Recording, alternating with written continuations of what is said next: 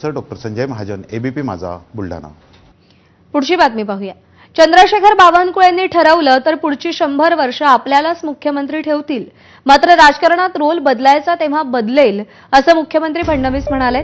बावनकुळेंच्या विधानावर त्यांनी हे प्रत्युत्तर दिलंय। फडणवीस 2034 पर्यंत मुख्यमंत्री राहतील असं वक्तव्य एका कार्यक्रमात महसूल मंत्री बावनकुळेंनी केलं होतं।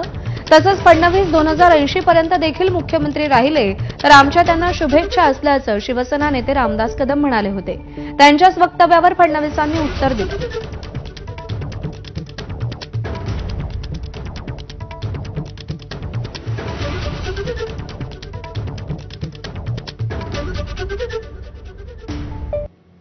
दोन 2080 पर्यंत झाले तर आमची काय अडचण नाही, काय अडचण नाही।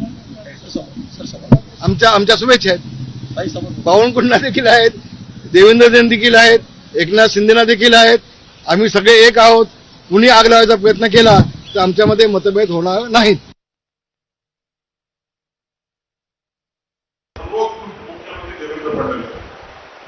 विकसित महाराष्ट्राचा संकल्प देवेंद्र फडणवीसांनी केला आहे। देवेंद्र फडणवीसजी 2034 पर्यंत या महाराष्ट्रात मुख्यमंत्री राहतील, कारण तोपर्यंत विकसित महाराष्ट्र आपल्याला करायचा आहे। जोपर्यंत देवेंद्र फडणवीस या राज्यामध्ये मुख्यमंत्री पदावर राहते तोपर्यंत विकसित महाराष्ट्र पूर्ण होऊ शकत नाही।